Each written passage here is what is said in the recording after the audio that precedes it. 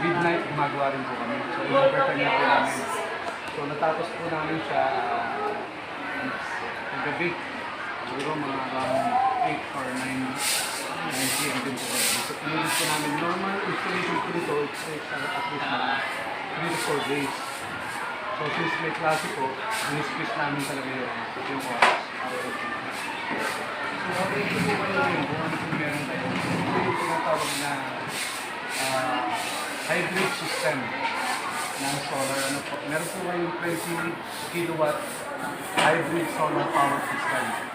So, meaning, kaya po niyang supplyan ang sinusupply niya currently is ito pong building na ito, yung canteen, yung next bungalow sa canteen at saka yung pong office niya. And yung sa may stage po, yung gitna. So kasama rin po sa solar yun. So ito lang po yung itinap nung gumawa po ng electrification sa inyo. Okay, so boy. Yes po. Yung pong gumawa nun, sila din po yung nagtap dito. Bali yung pong mga poste na yun, yung po yung nagsusupply sa atin ng feeder line na tinatawag. Pero sa ngayon, nakakabit pa rin po tayo sa luma kasi hindi pa yata po na-activate ng battery like yung transformer.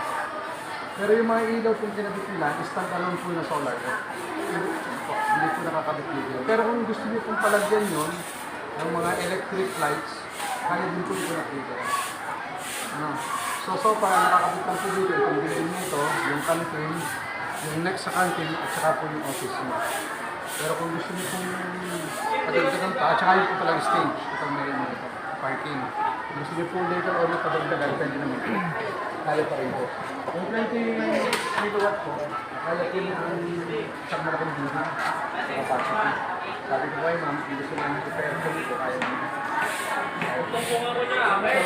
Meron po tayong 20 kilowatt capacity na solar. Meron po kayong 550 watts panel sa taas, 36 pieces.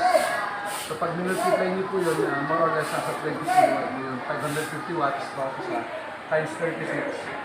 Nasa 20 kilowatt po yun. Ganito po dyan kung nakikita sa baba, ito po yung battery. Lithium-ion battery. So bawat isa po, capacity po ay 200 ampere hour. So may dalawa po tayong kaparallel, ibig sabihin.